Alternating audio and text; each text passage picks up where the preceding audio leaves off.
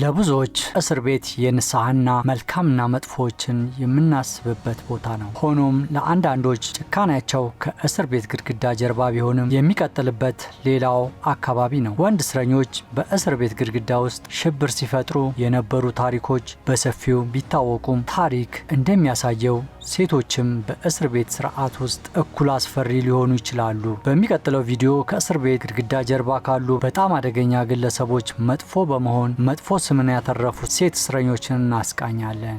ቶፕ 10 በዓለማችን ላይ አስፈሪና ጨካኝ ገዳይ የሆኑ የሴት እስረኞችን ታሪክ እንመለከታለን። ቁጥር 10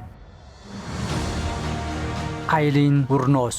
አይሊን ውርኖስ በይበልጥ የፍሪዌል ሽብር በሚል ቅጽል ስም የምትታወቅ ሲሆን በፍሎሪዳ አውራ ጎዳናዎች ላይ በወሲብ ንግድ ትተዳደር ነበረ። ደንበኞቹ ሀብታም ከሆኑ በጥይት ገላ ትዘርፋቸው ነበረ። ከተያዘች በኋላ በ7 ሰዎች ግድያ ሞት ፍርድ ተፈርዶባት የሞት ፍርዷን በመጠባበቅ ከ10 ዓመታት በላይ በእስር ቤት አሳልፋለች። በዚህ ጊዜ ውስጥ በእስር ቤት ጠባቂዎችና በአካባቢው ባሉ ሰዎች ላይ ጠበኛ ባህሪ በማሳየት ከፍተኛ ስጋት ያለባት እስረኛ የሚል ስም አትርፋለች። በዚህም ምክንያት ከሌሎች እስረኞች ተለይታ ብቻዋን እንድትታሰር ተደርጓል። በመጨረሻም ጥቅምት 9 2002 በመርፌ በሚሰጠው መርዝ የሞት ፍርዷ ተፈጽሟል።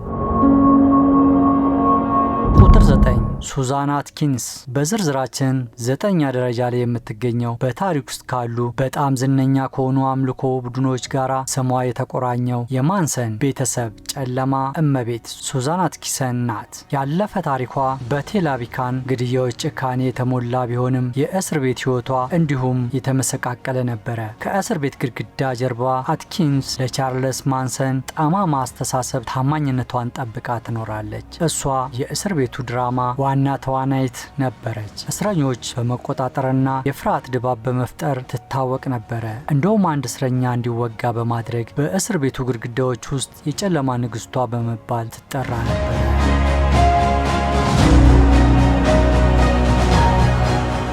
ቁጥር 8 አሁን ደግሞ የጣፋጭና ንጹህ ሀያት የሚል የተለመደ አመለካከት ስለ ጣሰች ሴት እንነጋገር። እሷም ቬልማ ባርፊልድ የሞት ፍርድ የተፈረደባት ሀያት ናት። በርካታ የቤተሰብ አባላትን በመመረዝ የተፈረደባት ባልፊልድ ገዳይ ባህሪዎቿ በእስር ከተፈረደባት በኋላ አላቆሙም። ባልፊልድ ከጀርባ በመሆን ተከታታይ አስፈሪ ሴራዎችን በመምራት አስፈሪ ታሪኳን ቀጥላለች። በእስር ቤት ውስጥ መርዛማ መጠጦችን በመቀመም ጀምሮ በእስረኞች መመገቢያ አዳራሽ ውስጥ ሁከት እስከ መፍጠር ድረስ የሞት ፍርድ የተፈረደባት ሀያት ድርጊቶቿ እንደ ጭካኔያቸው ሁሉ የተሰሉ ነበሩ።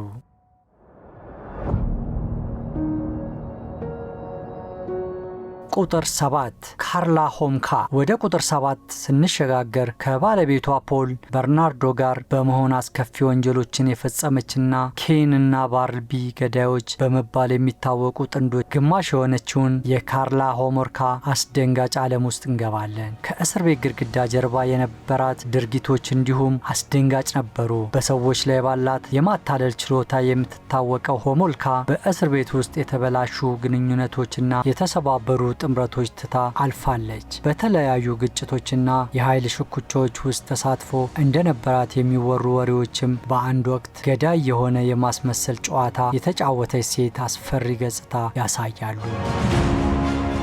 ቁጥር 6 ማይራ ሂንድሊ። ማይራ ሂንድሊ ከአያት ብራዲ ጋር በመሆን የሙርስ ገዳዮች በመባል የሚታወቀው ጥንድ ግማሽ በመሆን መጥፎ ስም አትርፋለች። በ1960ዎቹ የፈጸመቻቸው አሰቃቂ ወንጀሎች ዓለምን አስደንግጠው ነበረ።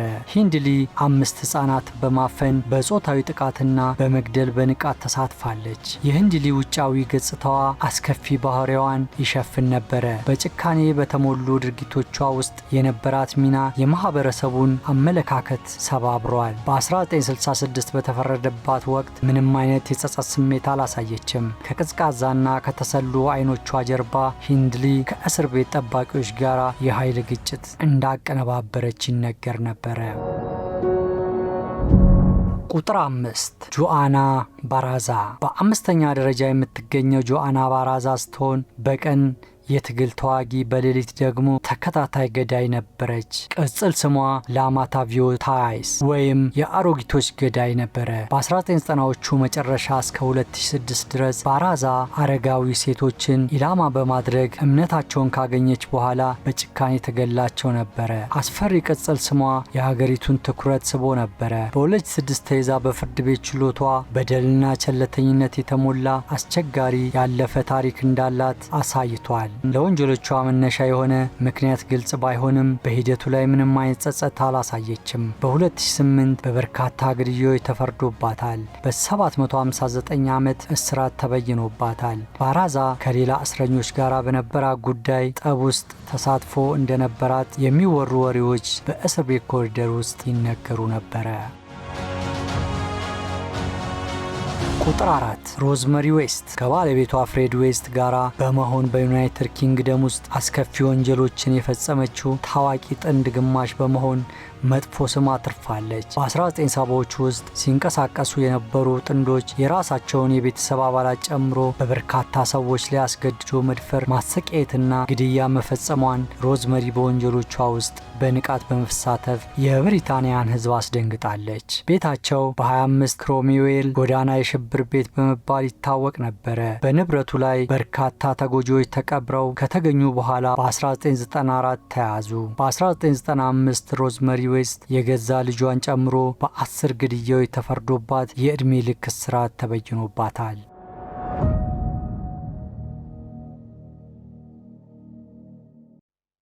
ቁጥር 3 ናኒዶስ በሶስተኛ ደረጃ ላይ የምትገኘው ናኒዶስ የምትስቅ አያት የሚል ቅጽል ስም ትታወቃለች። ከ1920ዎቹ እስከ 1950ዎቹ ድረስ ባለቤቶችን፣ ልጆችንና እናቷን ጨምሮ በርካታ የቤተሰብ አባላት ሕይወት የቀጠፉ ተከታታይ የመመረዝ ወንጀሎችን ፈጽማለች።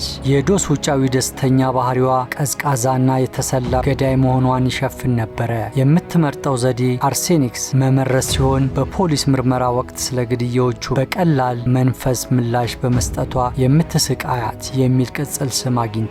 በ1954 ተይዛ ለገንዘብና ለሕይወት መድን ክፍያ በማሰብ በማግባትና በመግደል አስከፊ ተግባሯን አምናለች። በ1955 ዕድሜ ልክ እስራት ተፈርዶባት በ1965 ከእስር ቤት ግድግዳ ጀርባ ሞታለች። በ10 ዓመት እስር ቆይቷ በርካታ ጠባቂዎችን ጎድታለች። በአንድ ወቅት አንድ እስረኛ ልትገድል ተቃርባ ነበረ።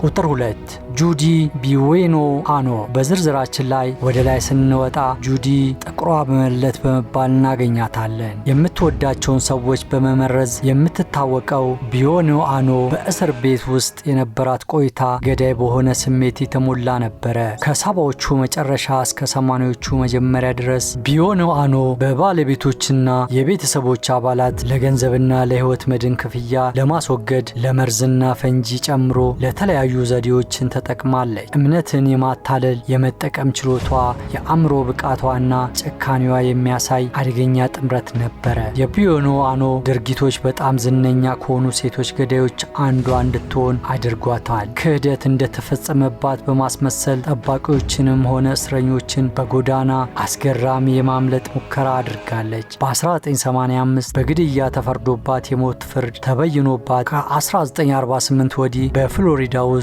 የሞት ፍርድ የተፈረደባት የመጀመሪያዋ ሴት ሆናለች። ቁጥር 1 ታማራ ሳምሶኖቫ ይህቺ ሩሲያዊ አያት ያለ ጥርጥር አስፈሪ ናት። ታማራ ሳምሶኖቫ አያቷ ገዳይ የሚል ቅጽል ስም ትታወቃለች። ይህቺ ሴት በፈጸመቻቸው አስከፊ ወንጀሎች መላውን ሩሲያ አስደንግጣለች። የመጀመሪያ ጥርጣሬዎች የተነሱት በህንፃዋ ውስጥ የሚኖሩ ሰዎች ለቡና ከተጋበዙ በኋላ ሲጠፉ ነው። በሚያሳዝን ሁኔታ ቡናው መርዛማ ነበረ።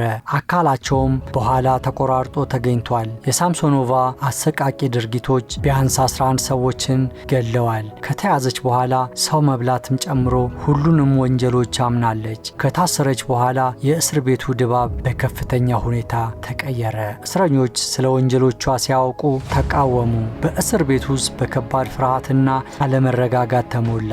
ማንም ከእሷ ጋር አንድ ክፍል ለመጋራት አልደፈረም። ምንም እንኳን በእስር ቤት ውስጥ ጭካኔ የተሞላበት ድርጊቷን እንደቀጠለች የሚያሳይ ማስረጃ ባይኖርም የነበረው ፍርሃት በጣም አስፈሪ እስረኛ መሆኗን ያረጋግጣል። ተመልካቾቼ አጃይብ ነው። በዓለም ላይ በከፍተኛ ወንጀል የተጠረጠሩ የሴቶችን ታሪክ ነው ያስደምጥኳችሁ። እነዚህ ሴቶች የእስር ቤት ስርዓቱ ካጋጠማቸው በጣም አስፈሪ ግለሰቦች መካከል ናቸው። ጭካኔያቸውና ፍርሃትን የመፍጠር ችሎታቸው በእስር ቆይታቸው ሁሉ ቀጥሏል። ስለነዚህ ሴቶች ሀሳባችሁን ከታች ባለው አስተያየት መስጫ ቦታ ላይ አጋሩን።